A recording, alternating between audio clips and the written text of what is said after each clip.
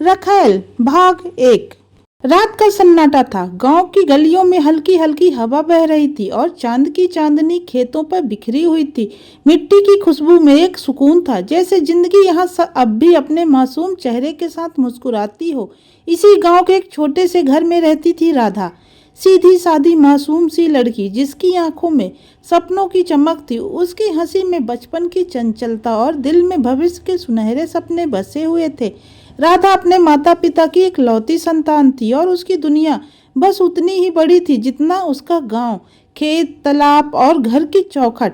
सुबह सूरज की किरणें जैसे ही उसके आंगन में उतरती, राधा अपने लाल दुपट्टे को सिर पर डालकर पानी भरने कुएं पर जाती। वहां उसकी सहेलियां उसका इंतजार करती और हंसी ठिठोली करते हुए दिन की शुरुआत होती। गांव की पगडंडियों पर चलते हुए राधा का मन अक्सर दूर कहीं खो जाता। वह सोचती, कभी न कभी मैं भी इस गांव से बाहर जाऊंगी, बड़ी बड़ी गलियों और चमकती सड़क वाले शहर को देखूंगी, वहां नई जिंदगी शुरू करूंगी। पर यह बस एक सपना था, क्योंकि हकीकत में उसका जीवन बेहद साधारण था। लेकिन किस्मत की चाल भी अजीब होती है। इंसान जिस रास्ते पर चलना चाहता है, जिंदगी अक्सर उसे किसी और मोड़ पर खड़ा कर देती है। राधा की जिंदगी का मोड़ उस दिन आया जब गांव में रणवीर का आगमन हुआ। रणवीर नाम सुनते ही गांव के लोग उसकी ताकत और दौलत के किस्से करने लगते थे। शहर का बड़ा आदमी जो अपनी शानो शौकत और रुतबे के लिए मशहूर था, उसके पास सब कुछ था, दौलत, बंगला, गाड़ियां, नौकर चाकर और ऊपर से एक रौबदार व्यक्तित्व। लेकिन उसके चेहरे की मुस्कान के पीछे कौन सा अंधेरा छिपा है, यह कोई नहीं जानता था। वह पहली बार राधा से तब मिला जब वह अपने एक दोस्त की शादी में गांव आया था। बारात की रौनक में, रोशनी और ढोल नगाड़ों के बीच रणवीर की नजर अचानक राधा पर जा ठहरी। वह लाल साड़ी में अपने दोस्तों के साथ हंसती हुई नजर आई थी। रणवीर की आंखों में एक चमक कौंधी, जैसे किसी शिकारी ने अपना शिकार देख लिया हो। उसकी नजरें राधा पर टिक गईं और उस पल से वह उसे पाने की ठान चुका था। राधा को शायद इस बात का अंदाजा भी नहीं था कि कोई उसे इस तरह देख रहा है। वह तो अपनी छोटी सी दुनिया में मग्न थी। उसके दिल में कोई ख्वाहिश नहीं थी सिवाय अपने परिवार और अपनी मासूम उम्मीदों के। लेकिन रणवीर की नज़रों में उसकी मासूमियत भी एक खजाना थी जिसे वह हर हाल में हासिल करना चाहता था। यह शादी के बाद के दिनों में रणवीर ने बहाने से गांव आना शुरू कर दिया, कभी किसी खेत की जमीन देखने के लिए, कभी किसी व्यापार की डील के लिए, लेकिन असल वजह सिर्फ राधा थी। उसने धीरे धीरे राधा के सामने मीठी मीठी बातें करनी शुरू की। कभी वह उसकी तारीफ करता, कभी उसकी मदद करता और कभी उसकी आंखों में अपने सपनों को जादू भर देता। राधा जो दुनिया देखना चाहती थी, जिसने कभी अपने गांव से बाहर कदम भी नहीं रखा था, रणवीर की बातों में एक नया संसार देखने लगी। उसके शब्द इतने मधुर थे कि राधा का भोला दिन उन पर भरोसा करने लगा।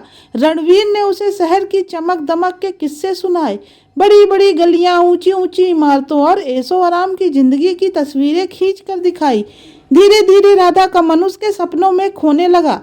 उसे लगा जैसे उसकी जिंदगी बदलने वाली है, जैसे किस्मत उसके लिए कोई नया दरवाजा खोल रही है। लेकिन सच तो यह था कि रणवीर की मुस्कान में छिपा हुआ जहर अभी तक राधा ने चखा नहीं था। उस रात जब पूरा गांव नींद में डूबा था, राधा अपने आंगन में बैठकर आसमान के तारों को देख रही थी। उसके मन में रणवीर की बातें गूंज रही थी। तुम इस गांव की तंग गलियों में क्यों सड़ रही हो राधा? तुम तो शहर की रोशनी के काबिल हो। वहां तुम्हें वो सब मिलेगा जिसकी तुमने कभी कल्पना भी नहीं की होगी। राधा की आंखों में एक उम्मीद थी, लेकिन साथ ही एक अजीब सा डर भी। उसे समझ नहीं आ रहा था कि यह रास्ता कहाँ ले जाएगा, और इसी उलझन में उसकी जिंदगी की सबसे बड़ी गलती होने वाली थी, रणवीर पर भरोसा। गांव की चुप्पी में रणवीर की बातें राधा के दिल पर जैसे कोई मीठा जादू कर रही थी। वह सोचती, शायद यही मेरी किस्मत का लिखा है, शायद इसी तरह मेरी दुनिया बदलने वाली है। उसके भीतर शहर को देखने की ललक पहले से ही थी, अब रणवीर ने उसमें आग भर दी थी। एक दिन रणवीर ने सीधे राधा से कहा, अगर तुम चाहो तो मैं तुम्हें अपने साथ शहर ले जा सकता हूँ। वहाँ तुम्हें सब कुछ मिलेगा, खुशियाँ, सम्मान और वो जिंदगी जिसके बारे में तुमने कभी सोचा भी नहीं होगा। मैं तुम्हें रानी की तरह रखूंगा। ये सुनकर राधा का दिल तेजी से धड़कने लगा। उसके सामने एक नया आसमान खुलता नजर आया। उसके भोले मन में रणवीर के शब्दों को सच मान लिया। उसने कभी यह नहीं सोचा कि एक अमीर और ताकतवर आदमी उसके लिए इतना क्यों कर रहा है। उसे तो बस इतना लगा कि रणवीर सच में उससे प्यार करता है। कुछ दिनों तक रणवीर ने उससे गुपचुप मुलाकातें की, कभी खेत के किनारे, कभी कुएं के पास, तो कभी गांव के बाहर किसी सुनसान राह पर। हर बार वह राधा को नए सपने दिखाता। राधा उन सपनों में डूबती गई। फिर एक रात रणवीर ने कहा, राधा, अगर सच में मुझ पर भरोसा करती हो तो मेरे साथ चलो, इस गांव से बाहर चलो, तुम्हारी जिंदगी बदल जाएगी। राधा का मन कांप उठा। उसे अपने माँ बाप का चेहरा याद आया, जिनके लिए वह पूरी दुनिया थी। लेकिन रणवीर की मीठी बातों और उसके प्यार के वादों ने उसकी हिम्मत को तोड़ दिया। उसने तय कर लिया कि वह रणवीर के साथ जाएगी। उस रात वह बिना कुछ बताए घर से निकल गई। माँ पिता गहरी नींद में थे और राधा चुपचाप आंगन से निकलकर पगडंडी पर चल पड़ी। उसके कदम कांप रहे थे, दिल जोर जोर से धड़क रहा था, लेकिन रणवीर की बातें उसे आगे बढ़ा रही थी। रणवीर अपनी कार लेकर गांव से बाहर उसका इंतजार कर रहा था। जैसे ही राधा वहां पहुंची, उसने दरवाजा खोला और कहा, आओ राधा, अब तुम्हारी जिंदगी का असली सफर शुरू होता है। कार की खिड़की से बाहर गांव की रोशनियां धीरे धीरे धुंधली पड़ती गई। राधा के दिल में हल्का सा दर्द था, पर रणवीर का हाथ थामकर उसे ऐसा लगा जैसे वह सचमुच किसी नए जीवन की ओर जा रही है। शहर की चकाचौंध ने पहली बार उसकी आंखों को चौंधिया दिया। ऊंची ऊंची इमारतें, तेज रफ्तार गाड़ियां, चारों ओर जगमगाती रोशनियां, सब कुछ किसी सपने जैसा था। रणवीर ने उसे अपने आलीशान बंगले में पहुंचाया। बंगले की भव्यता देखकर राधा की सांसें थम गई। उसने सोचा, सचमुच रणवीर ने मुझे राजकुमारी बना दिया। लेकिन उसे कहाँ पता था कि यही जगह उसकी सबसे बड़ी कैद खाना बनने वाली है। पहले कुछ दिन रणवीर ने उसे बेहद प्यार और स्नेह दिया। उसने राधा को महंगे कपड़े पहनाए, गहने दिए, बड़े बड़े कमरों में बिठाया और उसकी आंखों में ये यकीन भर दिया कि यही उसका असली घर है। राधा ने सोचा, अब मेरी तकदीर बदल गई है, अब मैं कभी दुख नहीं देखूंगी। धीरे धीरे वह प्यार बदलने लगा। रणवीर का व्यवहार कठोर होने लगा। वह राधा को बाहर जाने नहीं देता था, किसी से मिलने नहीं देता। जब भी राधा घर से बाहर जाने की बात करती, रणवीर गुस्से में आ जाता और कहता, अब तुम्हें किसी और की जरूरत नहीं है, तुम्हारी दुनिया बस मैं हूँ। राधा को समझ में आने लगा कि यह चमकती हुई दुनिया दरअसल एक सुनहरी कैद है। वह जब चाहे राधा से मिल जाता, जब चाहे उस पर हक जताता और जब चाहे उसे अकेला छोड़कर कहीं चला जाता। राधा ने पहली बार अपने दिल में यह शब्द सुना, रखैल। यह शब्द उसकी आत्मा को जैसे किसी खंजर की तरह चीर गया।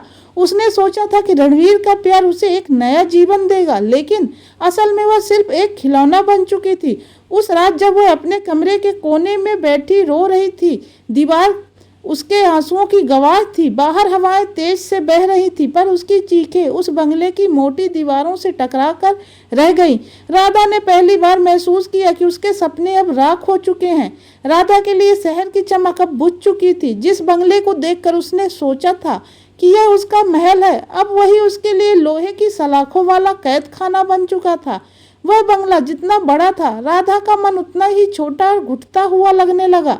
दिन बीतते गए और रणवीर का असली चेहरा पूरी तरह सामने आने लगा। पहले जो मीठी बातें करता था, वही अब हुक्म देने लगा। पहले जो आंखों में प्यार भरकर देखता था, वही अब आंखों में आग लिए सामने खड़ा होता है। जब चाहे वह राधा को अपने सामने बुला लेता और जब चाहे उसे घंटों अकेला छोड़कर बाहर चला जाता। राधा की दुनिया बस 4 दीवारों तक सीमित हो गई थी। वह न बाहर जा सकती थी, न किसी से मिल सकती थी। उसके हाथ में चूड़ियां रणवीर ने पहनाई थी, वे अब उसे हथकड़ियां लगने लगी। गले का हार उसे गला घोंटता हुआ लगता और उसके कमरे की खिड़की से आती हवा भी जैसे तानों की तरह उसके कानों में गूंजती।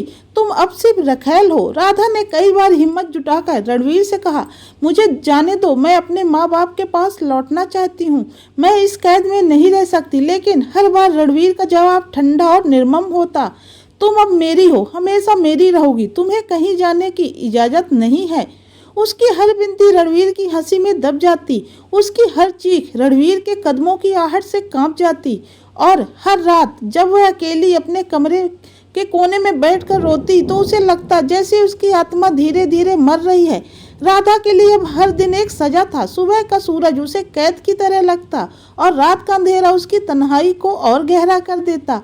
उसकी हंसी जो कभी गांव की गलियों में गूंजती थी अब खामोश हो चुकी थी। उसकी आंखों की मासूम चमक बुझ चुकी थी। उसने कई बार भागने की कोशिश की। एक बार उसने नौकरों के सोते ही दरवाजा खोलने की कोशिश की, लेकिन रणवीर ने उसे रंगे हाथों पकड़ लिया। उस रात उसके जिस्म पर चोटों के निशान रह गए जो उसके दर्द की कहानी कहते थे। रणवीर ने उसे धमकी दी, अगर दोबारा भागने की कोशिश की तो तुम्हारे माँ बाप को मार डालूंगा। यह सुनकर राधा का दिल कांप गया। उसके लिए भागना सिर्फ उसका मामला नहीं रहा था, बल्कि उसके माता पिता की जान पर भी बन गया था। मजबूर होकर उसने चुप्पी साध ली, लेकिन उसके भीतर की चीखें और भी तेज हो गई। वह हर दिन अपने आईने में खुद को देखती और सोचती, क्या मैं वही राधा हूँ जो कभी सपने देखती थी, वही जो अपने गांव की गलियों में हंसती थी। अब उसका चेहरा आईने में उसे अजनबी लगता। उसकी आंखों में बस आंसू थे, ओंठों पर बस सिसकियां और दिल में बस घुटन। राधा को अब समझ आ चुका था, वह रणवीर के लिए न एक प्रेमिका है न कोई साथी। वह तो बस एक खिलौना है, एक सामान जिसे उसने अपनी ताकत के दम पर कैद कर लिया है। उस शब्द ने उसकी आत्मा को सबसे गहरी चोट दी। रखैल, यह शब्द हर बार उसके कानों में गूंजता, उसके दिल को छलनी करता और उसकी रूह को जला देता। राधा को लगता जैसे उसकी पूरी पहचान मिट चुकी है। वह अब कोई इंसान नहीं रही, बस एक नाम, रणवीर की रखैल। और सबसे बड़ा दुख यह था कि उसकी चीखें सुनने वाला कोई नहीं था। उसके पास मदद मांगने के लिए कोई नहीं था। वह बंगला जितना भव्य था उतना ही बेरहम था। वहाँ न कोई दोस्त था, न कोई अपना, न कोई इंसान जो उसकी तकलीफ को समझ सके। राधा की जिंदगी अब सिर्फ आंसुओं और कैद का दूसरा नाम थी, लेकिन उसके दिल के किसी कोने में अभी भी एक नन्ही सी चिंगारी बची थी, आज़ादी की, आत्मसम्मान की। वह जानती थी कि यह लड़ाई आसान नहीं है, पर उसने ठान लिया कि एक दिन वह रणवीर की इस सुनहरी कैद से निकलकर जरूर आज़ाद होगी। राधा के लिए हर दिन अब मौत से बदतर हो चुका था। वह सुबह उठती, लेकिन उसे लगता कि सूरज की पहली किरण उसके लिए नहीं है, बल्कि उसकी कैद को और लंबा करने के लिए आई है। कमरे की खिड़की से बाहर झांकते हुए वह देखती, लोग सड़क पर अपने अपने काम में व्यस्त हैं, बच्चे खेल रहे हैं और औरतें हंसते बोलते बाजार की ओर जा रही हैं। लेकिन वह तो उन चार दीवारियों में कैद थी, जहां उसकी हंसी, उसकी मासूमियत और उसका आत्मसम्मान धीरे धीरे दम तोड़ रहा था। फिर भी उसके दिल में अब भी एक उम्मीद की चिंगारी जलती रही। एक दिन मैं भाग जाऊंगी, एक दिन मैं इस कैद से निकलकर फिर से आज़ाद हो जाऊंगी। पहली बार उसने भागने की कोशिश उस रात की जब रणवीर नशे में धुत होकर सो गया था। राधा धीरे धीरे अपने कमरे से बाहर निकली। नौकर गहरी नींद में थे। उसने कांपते हाथों से दरवाजे की चाबी उठाई और बाहर जाने की कोशिश की, लेकिन दरवाजा खुलते ही पीछे से एक परछाई उस पर टूट पड़ी। रणवीर, वह सब कुछ देख रहा था। उसने राधा को बालों से पकड़कर जमीन पर घसीटा। उसकी आंखों में आग थी और आवाज जहर से भरी। भागने की हिम्मत कैसे हुई तुमसे? क्या तुम्हें लगता है कि तुम मुझसे छूट सकती हो? उस रात राधा के जिस्म पर चोटों के ऐसे निशान बने कि आईना भी उसे देखकर कांप गया। इसके बाद भी राधा ने हार नहीं मानी। कुछ हफ्तों बाद उसने नौकरों को धोखा देकर फिर से कोशिश की। इस बार उसने खिड़की से बाहर कूदने की हिम्मत की। उसके पैर लहूलुहान हो गए, लेकिन वह अंधेरे में भागी। उसकी सांसें तेज थी, दिल उम्मीद से भरा हुआ था। लेकिन कुछ ही देर में रणवीर की गाड़ी उसके सामने आकर रुकी। वह दरिंदे की तरह बाहर निकला और बोला, राधा, तुम कितनी बार भी कोशिश करो पर मेरे पिंजरे से बाहर नहीं जा सकती। उस रात रणवीर ने उसे ऐसी यातनाएं दी कि उसकी आत्मा तक कांप गई। उसने राधा को दीवार से बांध दिया और उसके आंसुओं पर हंसता रहा। उसकी हंसी में क्रूरता थी और राधा की चीखों में बेबसी। धीरे धीरे रणवीर ने उसे तोड़ने की ठान ली। हर बार जब राधा उम्मीद जगाती, रणवीर उसे ऐसी सजा देता कि वह और भी टूट जाती। उसने उसके सामने बार बार यही बात दोहराई, तुम्हारी पहचान अब सिर्फ एक है, मेरी रखैल, और रखैल कभी भाग नहीं सकती। राधा के दिल में यह शब्द हथौड़े की तरह गूंजते। वह अपने कमरे में बैठकर देर रात तक रोती रहती, लेकिन उसकी आवाज बाहर किसी तक नहीं पहुंचती। कभी कभी वह सोचती, काश मैंने रणवीर की बातों पर भरोसा न किया होता, काश मैं उस रात गांव से न निकली होती। उसके शरीर पर जख्म थे, लेकिन उससे कहीं गहरे जख्म उसके दिल पर थे। उसके आत्मसम्मान को बार बार कुचला गया, उसकी हर चीख को दबा दिया गया। राधा को कभी लगता था कि वह अब कभी इस कैद से बाहर नहीं निकल पाएगी, लेकिन फिर भी उसके दिल में कहीं न कहीं एक हिम्मत बची हुई थी। जब भी वह आईने में खुद को देखती, उसकी आंखें उससे कहती, राधा तू हार मत मान, अगर तू हार गई तो तेरी जिंदगी हमेशा इसी कैद में बीत जाएगी। और यही सोचकर उसने एक बार फिर ठान लिया, मैं भागूंगी, चाहे मेरी जान ही क्यों न चली जाए। उस रात जब रणवीर बाहर गया हुआ था, राधा ने अपने आंसुओं को पोंछा और धीरे धीरे कमरे की खिड़की खोली। बाहर रात का अंधेरा था, लेकिन उसके लिए वही अंधेरा रोशनी था। उसके कदम कांप रहे थे, दिल जोरों से धड़क रहा था, लेकिन उसके मन में एक ही आवाज गूंज रही थी, अब या कभी नहीं। वह खिड़की से उतर गई। उसके पैर कांप रहे थे, लेकिन उसने पीछे मुड़कर नहीं देखा। सड़क पर निकलते ही उसने पहली बार अपने दिल में आजादी की हवा महसूस की। लेकिन क्या यह उसकी आजादी की शुरुआत थी या फिर एक और यातना का खेल? राधा के पैर कांपते हुए सड़क पर आगे बढ़ रहे थे। चारों तरफ गहरा सन्नाटा था, हवा में अजीब सी ठंडक थी, लेकिन उसके दिल में पहली बार आजादी की हल्की सी लौ जल उठी। उसने मन ही मन सोचा, आज अगर मैं निकल गई तो शायद मैं फिर से जी सकूंगी। लेकिन शहर की गलियां आसान नहीं थी, हर गली अंधेरी, हर मोड़ डरावना। वह भाग रही थी, उसके पैरों के से खून रिस रहा था, लेकिन उसके दिल में एक तस्वीर थी, माँ बाप की। थोड़ी दूर भागने के बाद अचानक उसके सामने पुलिस की जीप आई। राधा ने उसकी भरी नजरों से उनकी ओर देखा और दौड़कर बोली, मुझे बचा लीजिए, मुझे कैद कर रखा है, मैं भाग कर आई हूँ। लेकिन अफसर ने उसे ऊपर से नीचे तक देखा और ठंडी हंसी के साथ कहा, तू रणवीर की औरत है ना, जा वापस चली जा, रणवीर साहब बड़े आदमी हैं। यह सुनकर राधा का कलेजा फट गया। उसकी आखिरी उम्मीद भी राख हो गई। वह समझ चुकी थी, रणवीर के पैसे और ताकत के सामने यहाँ कोई उसकी मदद नहीं करेगा। हेडलाइट्स उसके चेहरे पर पड़ी, वह डर से ठिठक गई। वही कार थी रणवीर की। उसके दिल की धड़कन रुक सी गई, लेकिन इस बार राधा ने ठान लिया था, अब डरना नहीं है, अब मुझे अपनी लड़ाई खुद लड़नी है। रणवीर की गाड़ी उसके पास आकर रुकी। वह बाहर निकला। गुस्से से जलती हुई आंखों के साथ उसने राधा का हाथ पकड़कर जोर से खींचा और दहाड़ा, कितनी बार कहा है तुम मुझसे भाग नहीं सकती हो। राधा का शरीर कांप रहा था, लेकिन उसकी आंखों में पहली बार डर की जगह चुनौती थी। उसने रणवीर की आंखों में देखकर कहा, मैं तेरी रखैल नहीं हूँ, मैं राधा हूँ, और एक दिन तुझे तेरे पापों की सजा जरूर मिलेगी। रणवीर ने उसका मुंह दबाकर उसे फिर से बंगले में घसीट लिया। उस रात उसने राधा को और भी ज्यादा यातना दी, जैसे उसकी हिम्मत को कुचल देना चाहता हो। लेकिन राधा की आंखों की आग अब बुझी नहीं। अब उसके भीतर एक नई सोच जन्म ले रही थी। उसने समझ लिया था, भागकर नहीं बल्कि रणवीर को उसी के खेल में मात देकर ही वह आजाद हो सकती है। उसने धीरे धीरे नौकरों से दोस्ती करनी शुरू की। उनकी छोटी छोटी बात याद रखने लगी। वह दिखाने लगी कि अब उसने हार मान ली है, ताकि रणवीर को शक न हो। लेकिन उसके दिल में गुप्त योजना तैयार हो रही थी। राधा हर रात कागज के छोटे छोटे टुकड़े छुपाकर लिखने लगी, अपने दर्द की कहानी, रणवीर के गुनाहों का सच। उसने ठान लिया था कि किसी तरह ये कागज बाहर पहुंचेंगे और फिर पूरा शहर जान जाएगा कि रणवीर असल में है कौन। उसकी आंखों में अब डर की जगह उम्मीद थी, आंसुओं की जगह साहस था, और टूटे हुए दिल की जगह अब बदले की आग जल रही थी।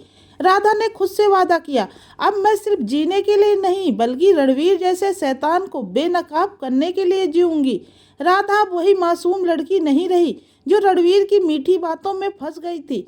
अब उसकी आंखों में आंसू नहीं बल्कि चुपचाप सुलगता हुआ बदला था। वह जानती थी कि शैतान से धीरे सीधे भिड़कर वह जीत नहीं सकती, लेकिन खेल उसी का खेल कर जीता जा सकता है। रणवीर को लगता था कि राधा टूट चुकी है। वह जब चाहे उसके कमरे में आता, जब चाहे उसे अकेले छोड़ देता। राधा अब हर विरोध नहीं करती थी। बाहर से वह शांत थी, लेकिन भीतर उसकी योजना आकार ले रही थी। रात को जब रणवीर सो जाता, राधा तकिए के नीचे से कागज के छोटे टुकड़े निकालती और उस पर लिखती, मेरा नाम राधा है, मुझे रणवीर ने धोखे से इस घर में कैद कर रखा है, मैं उसकी रखैल नहीं उसकी बंदी हूँ। अगर यह कागज किसी के हाथ लगे तो प्लीज मेरी मदद कीजिए, वह इन कागजों को धीरे से नौकरों की नज़र से बचाकर घर के कोनों में, पुराने अखबारों में और बाहर जाने वाले कचरे में छिपा देती थी। उसे उम्मीद थी कि कभी न कभी यह किसी भले इंसान तक पहुंचेगा। दूसरी तरफ उसके माता पिता गांव में तड़प रहे थे। जब महीनों तक राधा की कोई खबर नहीं आई तो उनकी नींद उड़ गई। गांव वालों ने तरह तरह की बातें बनानी शुरू कर दी। लड़की भाग गई होगी, शहर में मजे कर रही होगी, माँ बाप की इज्जत मिट्टी में मिला दी। उन तानों ने राधा के माँ बाप की आत्मा तक को छलनी कर दिया। माँ रोज चौखट पर बैठकर बेटी के नाम पुकारती और बाप हर हफ्ते शहर जाकर थाने में रिपोर्ट दर्ज कराने की कोशिश करता। लेकिन हर बार पुलिस वाले हंसकर कहते, आपकी बेटी अपनी मर्जी से गई होगी, हमें फालतू का परेशान मत कीजिए। यह सुनकर बूढ़े बाप की आंखें भर आती। नहीं, मेरी राधा ऐसी नहीं है, उसे किसी ने धोखा दिया है। धीरे धीरे उनका घर सुनसान और उजड़ गया। माँ की आंखों के आंसू सूख गए और बाप की पीठ झुक गई। लेकिन उनके दिल में अब भी एक उम्मीद थी कि एक दिन राधा लौटेगी। इधर राधा भी अपने माता पिता को याद कर कर के रोती। रात के अंधेरे में जब सब सो जाते तो वह आसमान की तरफ देखती और सोचती, माँ मैं जल्द ही लौटूंगी, पापा आपका सिर झुकने नहीं दूंगी। उसके भीतर अब सिर्फ भागने की चाह नहीं थी, बल्कि रणवीर को उसकी औकात दिखाने की आग भी थी। उसने नौकरों से धीरे धीरे जानकारी इकट्ठी करनी शुरू की। कब रणवीर बाहर जाता है, किससे मिलता है, कौन उसका राज जानता है, और हर जानकारी को वह अपने कागजों में लिखती जाती। राधा ने ठान लिया था, मैं सिर्फ अपनी नहीं, उन तमाम लड़कियों की आवाज बनूंगी जिन्हें रणवीर ने बर्बाद किया है। उसकी आंखों में अब आंसुओं की जगह चमक थी। यह चमक दर्द की नहीं, बल्कि आने वाले तूफान की थी। राधा की चुप्पी अब रणवीर के लिए सबसे बड़ी चाल थी। रणवीर को लगता था कि राधा पूरी तरह टूट चुकी है, लेकिन असल में वह अब उसके खिलाफ सबूत इकट्ठा कर रही थी। एक दिन जब रणवीर शराब के नशे में धुत होकर सो गया तो राधा ने उसके कमरे की अलमारी खोली। वहां उसे कई फाइलें और डायरी मिली। पन्ने पलटते ही उसके हाथ कांप गए। उसमें दर्ज था कितनी लड़कियों को रणवीर ने बहलाकर अपने बंगले में लाया, कितनों को पैसे के लिए बेच दिया और कितनों की जिंदगी बर्बाद कर दी। राधा के हाथ में अब वह हथियार था जिससे रणवीर का सच दुनिया के सामने लाया जा सकता था।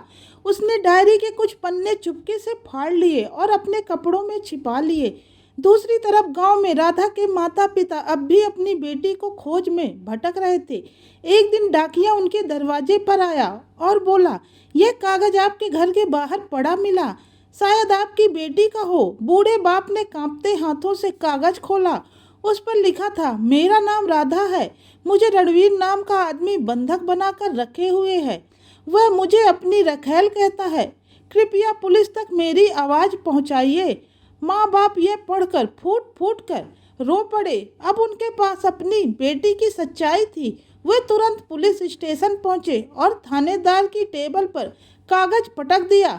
अब भी कहोगे कि हमारी बेटी भाग गई है? देखो, वह उसकी लिखाई है, वह रणवीर की कैद में है। अब अगर तुमने कुछ नहीं किया तो हम गांव-गांव जाकर उसकी करतूत उजागर कर देंगे। थानेदार चौंक गया। इस बार मामला दबाना आसान नहीं था। ऊपर से राधा के बाप की आवाज में वह हिम्मत थी जो किसी पिता की बेबसी को पार करके निकलती है। इधर रणवीर अपने ऐशो आराम में डूबा था। उसे जरा भी आभास नहीं था कि राधा की चुप्पी दरअसल उसकी बर्बादी की प्रस्तावना है। राधा हर दिन रणवीर के नौकरों से बातें करती और धीरे धीरे उनका भरोसा जीतने लगी। एक नौकर जिसका नाम शंकर था अक्सर उसके लिए खाना लाता था। शंकर ने कई बार उसकी आंखों में दर्द देखा था। एक रात जब बाकी सब सो गए तो राधा ने धीमी आवाज में कहा, भैया अगर आपके दिल में इंसानियत है तो मेरी मदद कीजिए। रणवीर ने सिर्फ मुझे नहीं, कई और लड़कियों को यहाँ कैद कर रखा है। यह सब गलत है। शंकर का दिल पिघल गया। उसने सिर झुकाकर कहा, दीदी मैं सब जानता हूँ, पर डरता हूँ। रणवीर बहुत खतरनाक आदमी है। अगर उसने मुझे पकड़ लिया तो मेरी भी जान ले लेगा। राधा ने उसकी आंखों में देखते हुए कहा, डरिए मत, अब उसका समय पूरा हो चुका है। अगर हम मिलकर कोशिश करें तो यह दानव जेल जाएगा और हम सब आज़ाद हो जाएंगे। शंकर ने कांपते हाथों से हामी भरी। राधा की लड़ाई में अब उसे पहला साथी मिल चुका था। रणवीर की बर्बादी का नींव अब रखी जा चुकी थी। राधा अब अकेली नहीं थी। शंकर उसकी उम्मीद का पहला दीपक बन चुका था। दोनों ने मिलकर एक योजना बनाई। राधा के पास रणवीर की डायरी के पन्ने थे और शंकर के पास बंगले की चाबियां और रास्तों की जानकारी।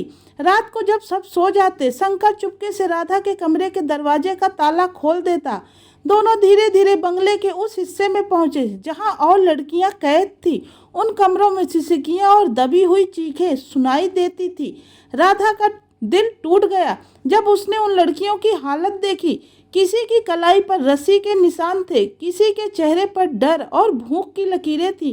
राधा ने उनके हाथ थाम कर कहा, डरो मत बहनों, अब हम सब मिलकर इस नर्क से बाहर निकलेंगे। मैं वादा करती हूँ। लड़कियों के आंखों में पहली बार उम्मीद की चमक जागी। शंकर ने समझाया, दीदी हमें सबूत इकट्ठा करने होंगे। पुलिस तभी कुछ करेगी जब उनके पास पक्के सबूत होंगे। रणवीर बहुत ताकतवर है, उसके पैसे और रसूख से सब डरते हैं। राधा ने सिर हिलाया। उसने फैसला किया कि अब खेल रणवीर ही घर में खेला जाएगा। अगले कुछ दिनों तक राधा और शंकर ने चुपचाप रणवीर की हरकतों पर नजर रखी। उन्होंने उसके फोन कॉल रिकॉर्ड किए, उसकी गाड़ियों की तस्वीरें खींची और गुप्त कैमरे में उसके कुछ काले कारनामे कैद किए। एक रात रणवीर नशे में धुत होकर सेखी बगा रहा था। यह सब लड़कियां मेरी जायदाद हैं, कोई मुझे छू भी नहीं सकता। पुलिस, वो भी मेरे पैसों की गुलाम है। शंकर ने चुपचाप मोबाइल कैमरे से यह सब रिकॉर्ड कर लिया। इधर गांव में राधा के माता पिता लगातार पुलिस पर दबाव बना रहे थे। राधा के बाप ने यहाँ तक कह दिया था, अगर मेरी बेटी को कुछ हुआ तो मैं थाने के सामने आत्मदाह कर लूंगा। अब पुलिस भी हिलने लगी थी। वो सिर्फ सही मौके का इंतजार कर रहे थे। राधा और शंकर ने मिलकर वह मौका तैयार किया। उन्होंने तय किया कि जिस दिन रणवीर अपने बंगले में पार्टी करेगा उसी दिन सबूत पुलिस तक पहुंचाना है, सबसे सही रहेगा। पार्टी में अक्सर कई बड़े लोग आते थे और वहां की रंगीन दुनिया के पीछे का काला सच सबके सामने लाना जरूरी था। उस रात की तैयारी पूरे जोश से चल रही थी। रणवीर को जरा भी आभास नहीं था कि उसी की पार्टी उसके साम्राज्य के पतन की वजह बनेगी। राधा ने शीशे में खुद को देखा। चेहरा थका हुआ था, लेकिन आंखों में अब भय नहीं, सिर्फ दृढ़ निश्चय था। उसने मन ही मन कहा, रणवीर, आज तुम्हारे साम्राज्य की नींव हिल जाएगी। अब तेरी रखैल नहीं, तेरी बर्बादी बनूंगी। उस रात रणवीर के बंगले में रोशनी का समंदर फैला हुआ था। बाहर महंगी गाड़ियों की कतार थी, भीतर शराब, संगीत और ठहाकों का शोर गूंज रहा था। समाज के बड़े बड़े लोग, बिजनेस पार्टनर और नेता रणवीर की मेजबानी का मजा ले रहे थे। हर कोई उसे सलाम ठोक रहा था जैसे वह राजा हो। लेकिन राधा के लिए यह रात एक इम्तिहान थी। उसने हल्की मुस्कान चेहरे पर सजाई ताकि रणवीर को लगे वह उसकी इच्छा अनुसार सब कर रही है। अंदर ही अंदर उसका दिल जोर जोर से धड़क रहा था। शंकर चुपके से बंगले के पिछले हिस्से में पुलिस को संदेश भेज चुका था। राधा ने अपने आंचल में छुपाए सबूत, डायरी के पन्ने, रिकॉर्डिंग और तस्वीरें सुरक्षित कर ली थी। रात गहराती गई। रणवीर शराब के नशे में झूमते हुए अपने मेहमानों से कह रहा था, देखो ये सब दौलत है, यह बंगला, यह लड़कियां सब मेरी ताकत का हिस्सा है, मुझसे बड़ा कोई नहीं है। उसी वक्त राधा ने कदम बढ़ाया। उसने मंच जैसी जगह पर जाकर माइक्रोफोन थाम लिया। मेहमान पहले तो हैरान हुए कि ये लड़की कौन है, लेकिन फिर उनकी आंखें चौंधिया गई जब राधा ने ठंडी आवाज में कहा, आप सब जिनकी तारीफों के पुल बांध रहे हैं, उनके पीछे का असली चेहरा देखना चाहते हैं। पूरा हॉल खामोश हो गया। रणवीर पहले तो हक्का बक्का रह गया, फिर ठहाका मारकर बोला, ओह मेरी रखैल आज ड्रामा कर रही है, चलो सुनते हैं। राधा ने उसी वक्त मोबाइल को स्पीकर से जोड़ दिया। रणवीर की शराबी आवाज गूंजी, ये सब लड़कियां मेरी जायदाद हैं, कोई मुझे छू भी नहीं सकता, पुलिस भी मेरे पैसों की गुलाम है। जैसे ही ये रिकॉर्डिंग हॉल में गूंजी, मेहमानों के चेहरे उतर गए। सब एक दूसरे को देखने लगे और तभी दरवाजा तोड़कर पुलिस अंदर घुस आई। हथियारबंद दस्ते ने पूरे बंगले को घेर लिया। थानेदार ने जोर से कहा, रणवीर, अब तेरी अय्यासी का साम्राज्य खत्म हुआ, तुझे गिरफ्तार किया जाता है। रणवीर गुस्से से पागल हो गया। उसने राधा की तरफ झपटा मारा और चिल्लाया, तूने मेरी गद्दारी की है रखैल, तू मेरी बर्बादी का कारण बनेगी। लेकिन पुलिस ने उसे जमीन पर गिराकर हथकड़ियां पहना दी। भीड़ में सन्नाटा छा गया। औरतें और लड़कियां जो अब तक डर से कांप रही थी, धीरे धीरे बाहर निकली।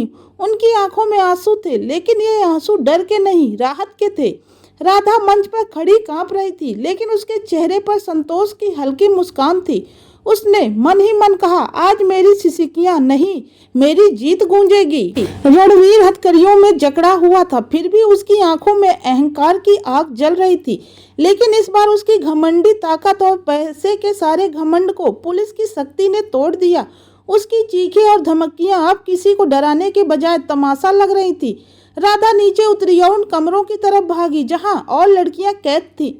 जैसे ही ताले टूटे और दरवाजे खुले, अंदर से कांपते शरीर और डरी हुई आंखें बाहर आई। उनमें से कई रोते हुए राधा से लिपट गईं।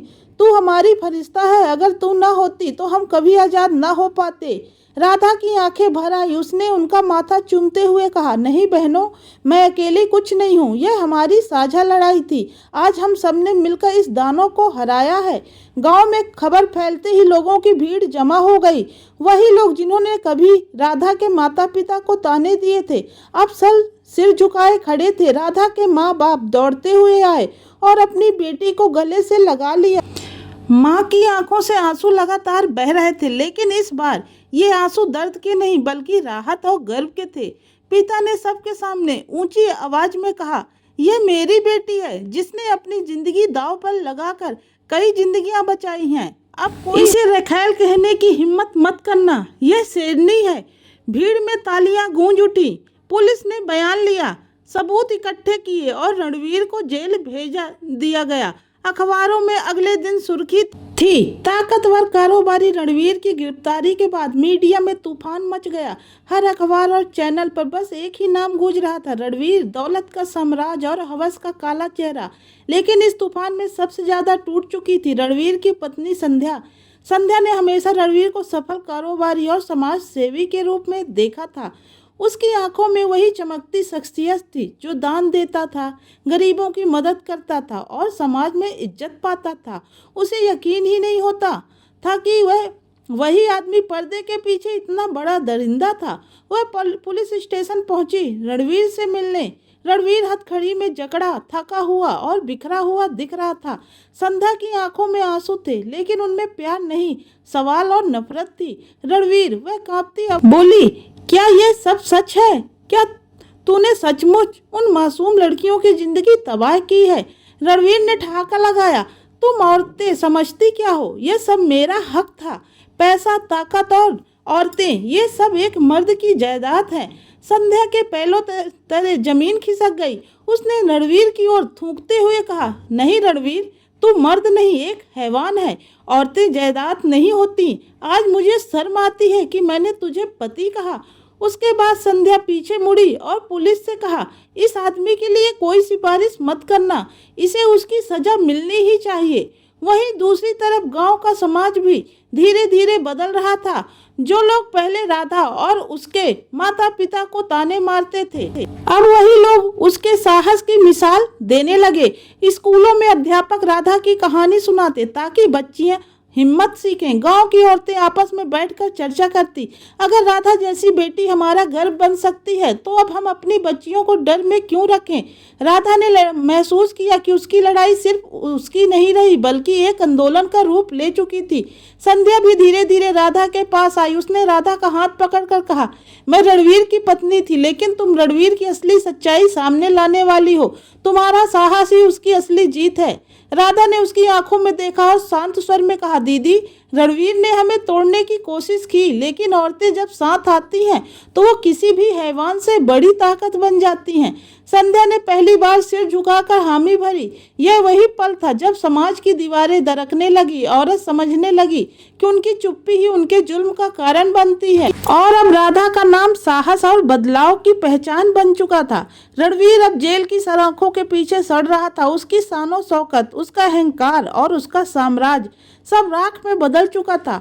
लेकिन राधा की जिंदगी में अब एक नई सुबह उतर रही थी। वह गांव लौटी तो लोग उसे उसी नज़र से नहीं देखते थे जैसे पहले। जो जुबानें उसे रखैल कहकर लांछित करती थी, वही जुबानें अब उसे शेरनी और मसीहा कहने लगी। उसके घर के बाहर छोटी सी भीड़ इकट्ठा रहती। लड़कियां उसने से सीखने आती, औरतें उससे अपने डर बांटती और नौजवान उससे प्रेरणा लेकर आगे बढ़ने की बातें करते। राधा ने ठान लिया था उसकी लड़ाई यहीं खत्म नहीं होगी। उसने गांव में एक नारी सहारा केंद्र खोला, जहां हर उस लड़की को आसरा मिलता जिसे समाज ने ठुकराया या जिसने जुल्म सहा। वहां पढ़ाई, सिलाई और छोटी छोटी रोजगार की ट्रेनिंग दी जाती। धीरे धीरे उस केंद्र की गूंज दूर दूर तक फैल गई।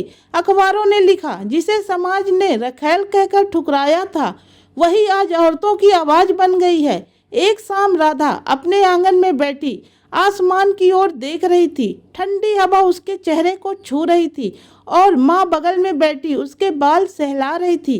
पिता गर्व से भरी आंखों से उसे देख रहे थे।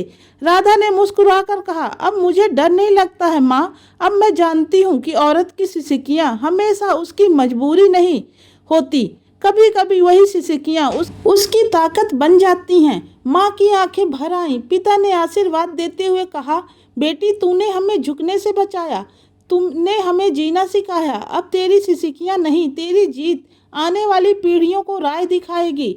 राधा ने धीरे से अपनी आंखें बंद की। उसके कानों में अब कोई ताने नहीं गूंज रहे थे, बस बच्चों की हंसी, औरतों की बातें और नई उम्मीदों की आवाजें थी। सितारों भरे आसमान के नीचे उसने मन ही मन फुसफुसाया, अब मेरी कहानी खत्म नहीं होती, अब यह औरत की कहानी बनकर जिएगी। और उसी क्षण रखैल की सिसकियों का सारा सफर एक नई पहचान में बदल गया।